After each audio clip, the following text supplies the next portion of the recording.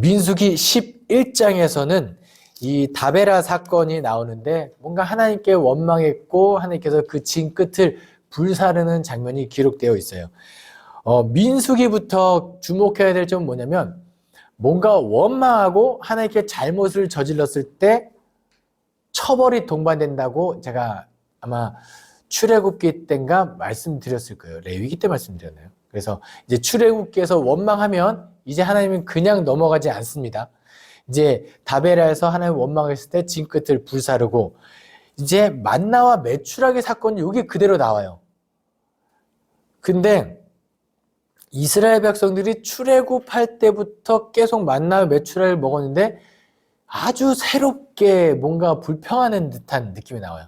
이게 이스라엘 그 민족의 문화 구조에서도 보여지는 거긴 한데 우리가 애굽에 살 때 그렇게 값없이 맛있는 거 고기도 먹고 뭐 마늘도 굽고 부추도 먹고 막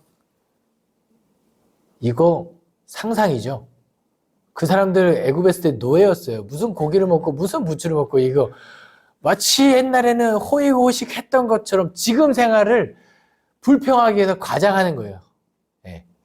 애굽에서 무슨 그럼 나오지도 않았겠죠. 예. 그렇죠? 그러면서 하나님께 원망을 자꾸 하니까 주겠다. 하나님께서 고기 먹고 싶다고 해? 주겠다. 한 달 동안 주겠다. 그러니까 모세가 의회에서 물어요. 한 달이요? 이 민족들이 이렇게 많은데 우리 진영에 있는 모든 가축들을 다 잡아도 한 달 동안 못 먹어요. 모세야, 나 여호와야. 약간 이런 뉘앙스의 하나님의 그런 느낌이 있어요. 여호와의 손이 짧으냐? 이제 내가 말한 것을 다 이루겠다 하면서 증거를 보여주시는데 그게 뭐냐면 밖에 나가봐라 하니까 갑자기 여호와의 영이 임한 70장로 갑자기 이 사람들이 예언하기 시작합니다. 일시적이긴 해요. 이 사람들이 계속 예언하는 건 아닙니다. 그런데 거기 모이라고 했는데 안 온 사람 2명 있어요. 그 사람들도 막 예언해요. 하나님의 능력이 이렇다는 것을 보여주고 나서 그런데 지금 하나님의 기분이 어때요? 안 좋아요. 하나님 원망하니까요. 그냥 하나님 원망과 토로의 차이점은 하나님 밖에서 하면 원망이에요. 내가 고기 먹고 싶어요 하고 교회에 와서 새벽 기도 때 간절히 기도하면 이거 토로예요. 하나님 앞에서. 네. 그 기도를 누군가는 들어주시겠죠. 제가 오늘 고기가 너무 먹고 싶습니다. 하나님. 누가 사주실까요? 뭐 이렇게. 네. 네. 하나님 앞에서 하는 것이 토로. 하나님 밖에서 하는 것이 원망. 근데 이스라엘 백성들이 계속 하나님 없는 데서 모세를 비방하고 모세를 원망하고 하나님 원망하니까 하나님께서 진노하셔서 결국 어떻게 되느냐? 민수기 11장 33절 34절입니다. 고기가 아직 이 사이에 있어 씹히기 전에 여호와께서 백성에게 대하여 진노하사 심히 큰 재앙으로 치셨으므로 그곳의 이름을 기브롯 핫다와라고 불렀으니 육심을 낸 백성이 거기서 장사함이었더라. 얼마나 많은 백성들이 거기서 죽었을지는 모르겠습니다만 어쨌든 하나님께 원망했을 때 그 고기에 깔려 죽은 거죠. 먹다 죽은 거예요. 예. 고기가 빠지기도 전에 씹히기 전에 많은 사람들이 죽어 나가는데 그 땅의 이름을 기브롯 핫다와 이것의 뜻은 탐욕의 무더기거든요. 기브롯 핫다 이 지명의 뜻이 이거예요. 탐욕의 무더기. 왜 이스라엘 백성들이 그 지명을 나중에 우리가 어디 놀러 갑시다. 바캉스로 기브롯 핫다와 갈까요? 갈 수 있죠. 예, 갈 수 있죠. 그런데 의미는 너무 안 좋잖아요. 예.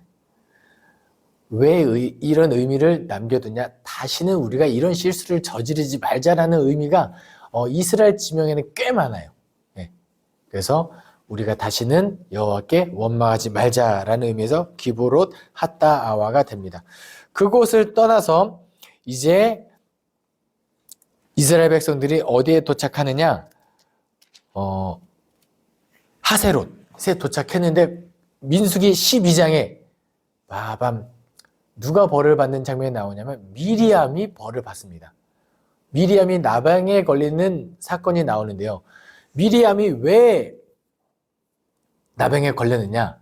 아론과 미리암이 이 모세가 구스 여인을 아내로 취하였다는 것을 보고 비방하여 네가 어떻게 구스 여인을 아내로 취할 수 있냐? 라는 이야기를 해요. 그런데 그들의 속마음, 구스 여인을 취한 것을 잘못을 지적하기 위함이 아니라 우리가 모세 너를 책망할 수 있는 위치의 사람이라는 걸 드러내고 싶었던 게 커요. 네. 뭐냐면 12장 2절입니다. 그들이 이르되 여호와께서 모세와만 말씀하셨느냐 우리와도 말씀하지 아니하셨느냐 하매 여호와께서 이 말을 들으셨더라 이렇게 기록되어 있어요. 그러니까 모세가 너무 뛰어난 지도자잖아요. 그러니까 다 모세가 하는 말, 아론이 하는 말 서로 만약에 상충되잖아요. 모세 말을 사람들은 따르기 마련이에요. 근데 아론 입장에서는 내가 형인데, 그쵸? 그리고 내가 지금 여기 왜 있어?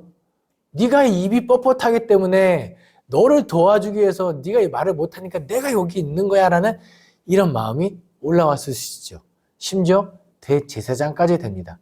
미리암은 어떤 여인이죠? 미래를 미리 아는 사람. 미리암. 예. 모세의 누이예요. 모세를 나일강에 띄었을 때 끝까지 따라갔고 여인에게 소개시켜줬고 했던. 예. 그래서 지도자 싸움이 누가 더 권위 있느냐 이게 붙은 거예요 지금. 모세의 권위냐 아니면 아론과 미리암의 권위냐 이게 붙었는데 하나님께서 두말하지 않고 모세의 손을 들어주시죠. 그런데 이때 들어주셨을 때 했던 멘트가 아주 기가 막힙니다. 민수기 12장 3절 말씀 이 사람 모세는 온유함이 지면의 모든 사람보다 더하더라. 저는 이 구절 읽을 때마다 나도 하나님한테 이런 칭찬 한번 받아봤으면 좋겠다. 저의 어떤 특정 성품이 제가 받고 싶은 칭찬은 겸손이에요. 이 사람 영혼은 겸손함이 모든 사람의 지면의 모든 사람보다 더하더라. 이런 칭찬 한번 받아보고 싶은 마음이 있어요. 그래서 저의 이런 욕심을 제 아들 이름에 투영시켰습니다. 그래서 제 아들 이름이 유겸이 겸손을 이름을 넣었어요. 어쨌든 근데 보세요. 하나님께서 모세의 손을 들어주실 때 했던 말이 온유함이 지면의 모든 사람보다 더하더라라고 했는데 온유함? 모세 온유한가요? 온유함 약간 이 따뜻하고 부드럽고 이런 성품을 우리는 온유라고 알고 있습니다. 온유! 이러지 않아요. 그죠? 온유 이러지 그죠? 예. 그런데 모세의 성정은 온유! 이런 느낌이죠. 시내산에 올라가서 그 거룩한 하나님의 돌판을 이거 지가 만든 것도 아니에요. 자기가 만든 것도 아니라 하나님께서 친히 준비해 주고 친히 써주신 돌판을 화난다고 던지는 건 말도 안 돼요. 그런 불같은 성령을 가진 사람을 온유라고 표현하는데 온유의 원뜻을 보면 맞구나 라고 보시면 돼요. 온유는 히브리어 아나부라는 단어를 쓰고 있거든요. 그리고 나중에 이것을 헬라어로 가면 파라테오스라는 단어를 씁니다. 이 아나부라는 단어는 뭔가 억압된 묶여있는 이런 느낌이 있어요. 원어의 의미는 온유하고 좀 뭔가 느낌이 다르죠. 그런데 이 파라테오스라는 똑같이 온유라는 단어는 말에 재갈을 물리다 라는 의미를 갖고 있어요.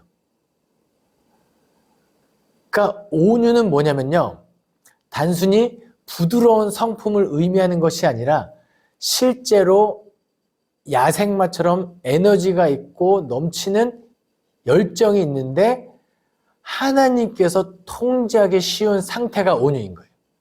재갈을 물리고 하나님께서 사용할 수 있도록 손잡이가 아주 잘 된 상태가 온유인 거예요.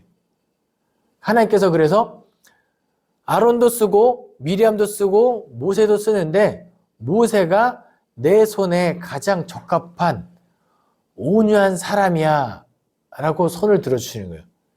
그리고 계속해서 12장을 읽어보시면 뭐냐면 미리암과 아론, 그지 너네 맞아. 이 하나님의 영을 통해서 어떤 것을 통해서 너희에게 이런 것들을 다 보여주긴 하지만 모세 어떤 사람인지 아냐? 성막에서 나를 대면하는 사람이야. 그래서 모세가 온 집에 충성한 사람이야 라고 하나님께서 편을 들어주세요.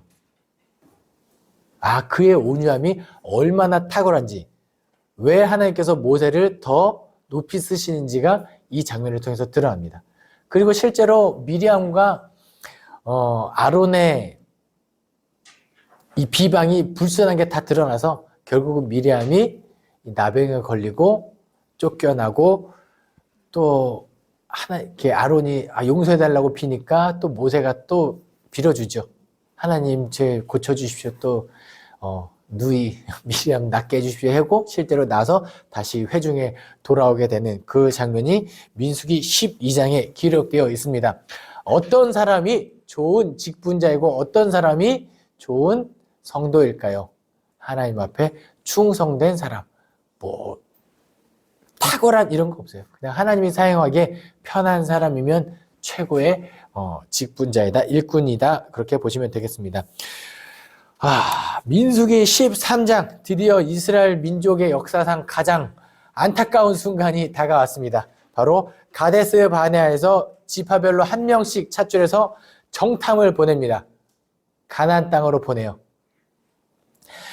이 가데스 바네아부터 가나안까지 민족이 다 같이 이동하면 거의 한 10하루길, 넉넉 잡아서 보름이면 가요. 그러니까 12명이면은 왔다 갔다 편안하게 빠르게 움직이면 10일, 뭐 빠르면 일주일이면 갔다 올 수 있을 것 같아요.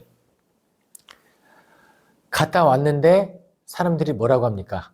30절이 저는 이것을 이번에 공부할 때 처음 발견했습니다. 30절에 갈렙이 모세 앞에서 백성을 조용하게 하고 이르되 우리가 곧 올라가서 그 땅을 취하자 능히 이기리라.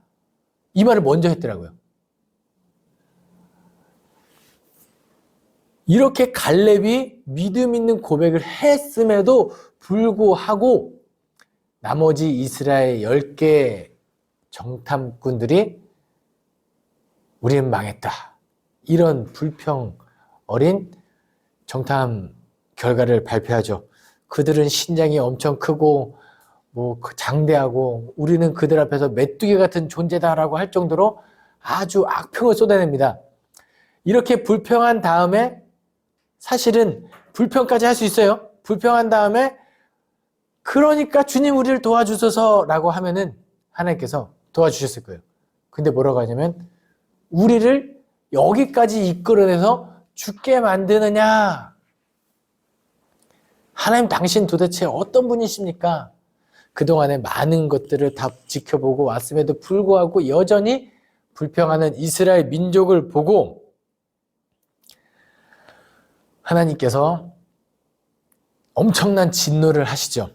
이 백성들이 이렇게 막 불평하는 장면이 14장으로 그대로 이어집니다.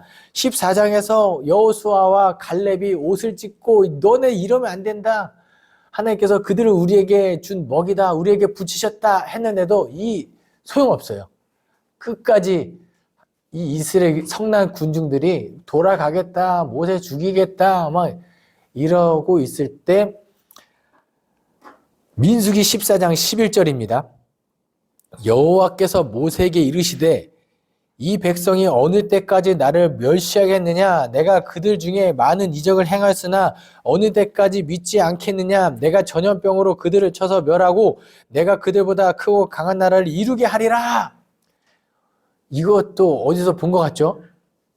출애굽기 이스라엘 백성들이 시내산 밑에서 우상 만들었을 때 하나님께서 모세에게 했던 얘기. 이야, 아직도 정신 못 차렸다, 이것들. 와, 진짜. 언제까지야, 언제까지. 지금 하나님께서 진노하셔서 나 이제 안 되겠다. 야, 저들 다 진멸하고, 모세야, 너로부터 다시 시작하겠다. 모세도 얼마나 힘들었겠어요. 지금 몇 살이에요? 지금 모세가 80 한창 넘어가지고 막 힘든데 지금 백성들은 막 말 되게 안 듣죠. 막 이러고 있을 때 힘든데 모세는 또 뭘 해요? 속도 없어요. 13절입니다. 모세가 여호와께 여짜오되 애굽인 중에서 주의 능력으로 이 백성을 인도하여 내셨거늘 그리하시면 그들이 듣고 이 땅 거주민에게 전하리이다. 주 여호와께서 이 백성 중에 계심을 그들도 들었으니 곧 주 여호와께서 대면하여 보이시며 주의 구름이 그들 위에 섰으며 주께서 낮에는 구름 기둥 가운데서 밤에는 불 기둥으로 그들 앞에 행하는 것을 그들이 다 알고 있는데 하나님께서 그들을 지금 포기하시고 진멸하시고 그들을 내쳐버리면 하나님 이방 사람들이 하나님을 뭐라고 생각하겠습니까? 하나님을 욕하지 않겠습니까? 자기 백성을 챙기지 않는 뭐 여기까지 데려가서 버려버리는 하나님 이렇게 사람들이 이야기하는 것은 그건 안 됩니다. 참 모세도 머리가 좋아요. 저들을 용서하십시오가 아니라 하나님의 이름을 높여드리는 이런 그렇죠. 하나님의 이름이 그렇게 땅에 떨어져서는 안 됩니다. 하나님의 이름을 위해서라도 이들을 용서해야 됩니다. 이렇게 아주 고단수입니다.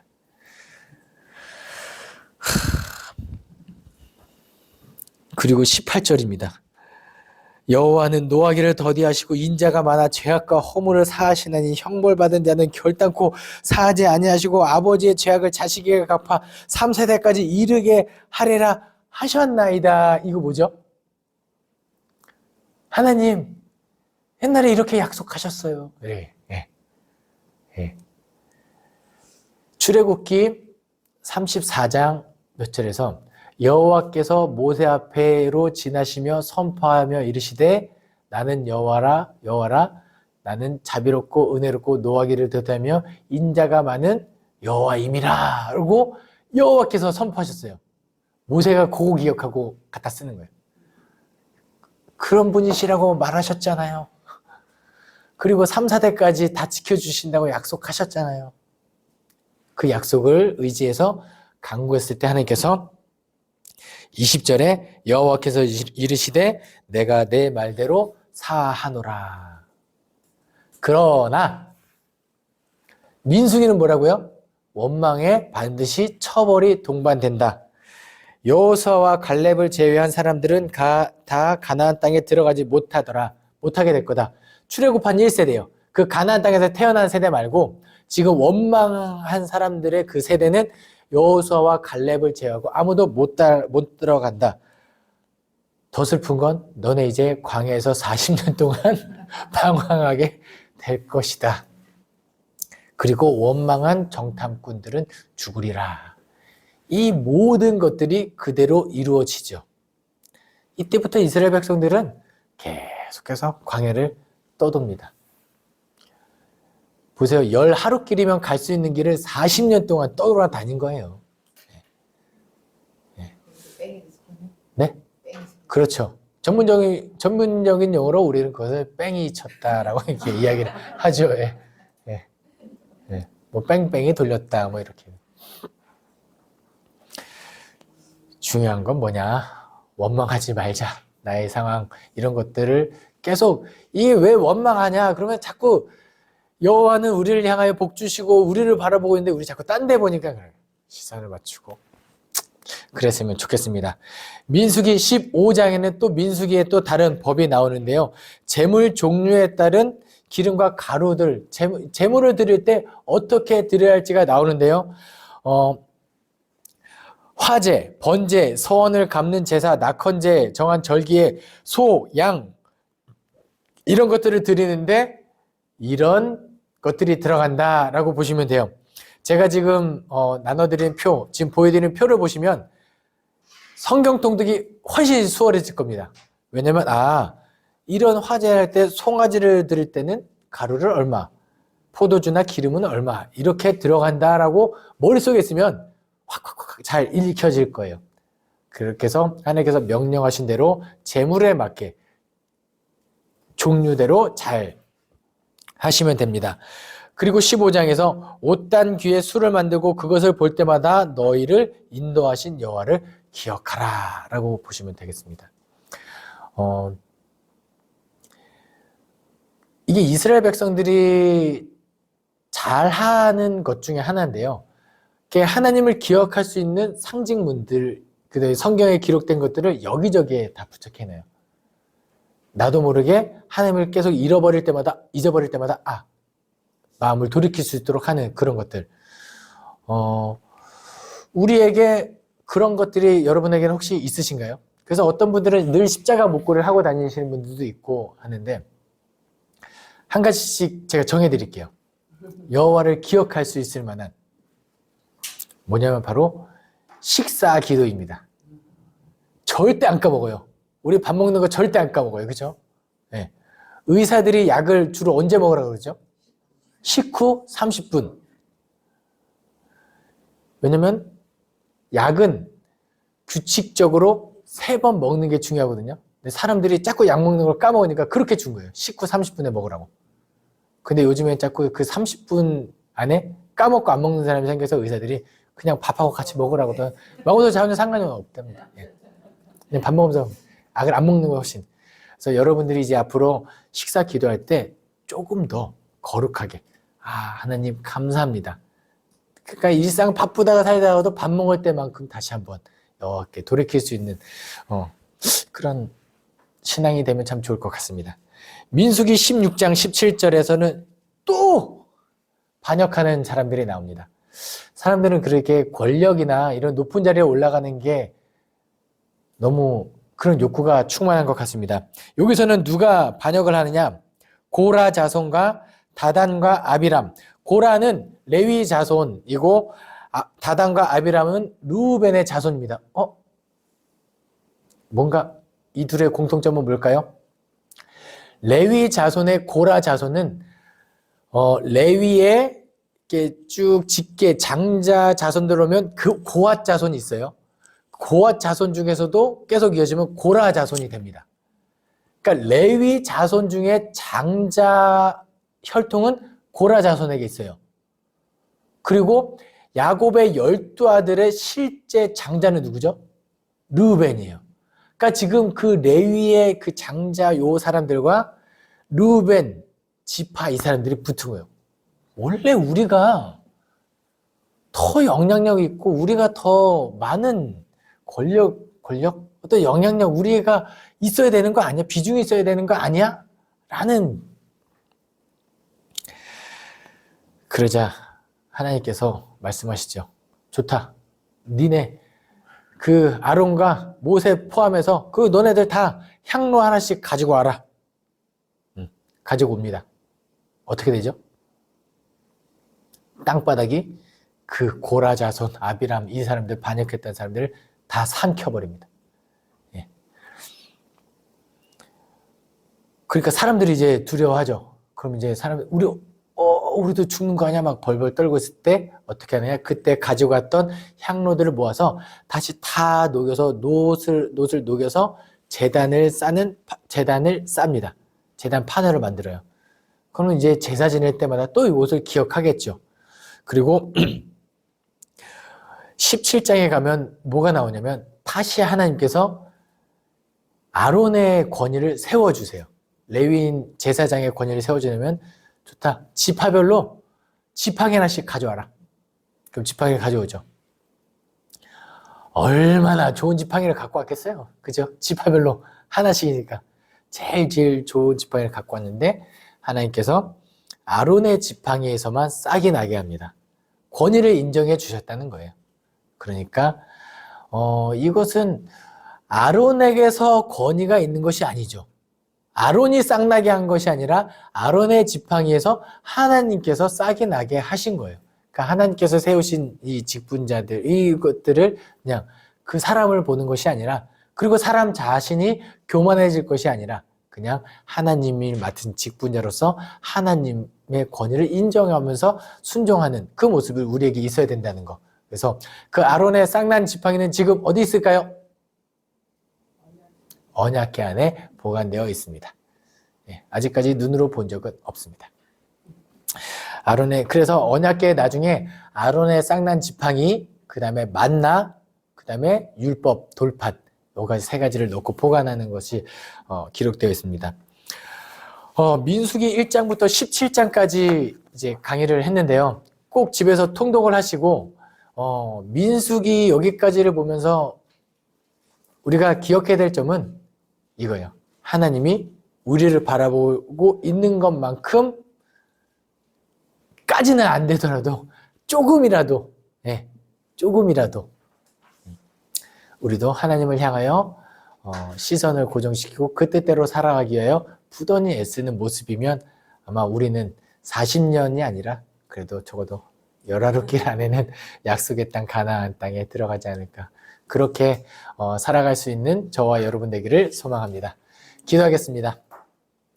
사랑이 많으신 하나님 아버지, 감사합니다. 오늘도 부족한 종의 입술을 통하여 민수기 1장부터 17장까지 강의할 수 있게 하시니 감사드립니다. 하나님에 대하여 더욱더 알아가는 시간이 되게 하여 주시옵소서.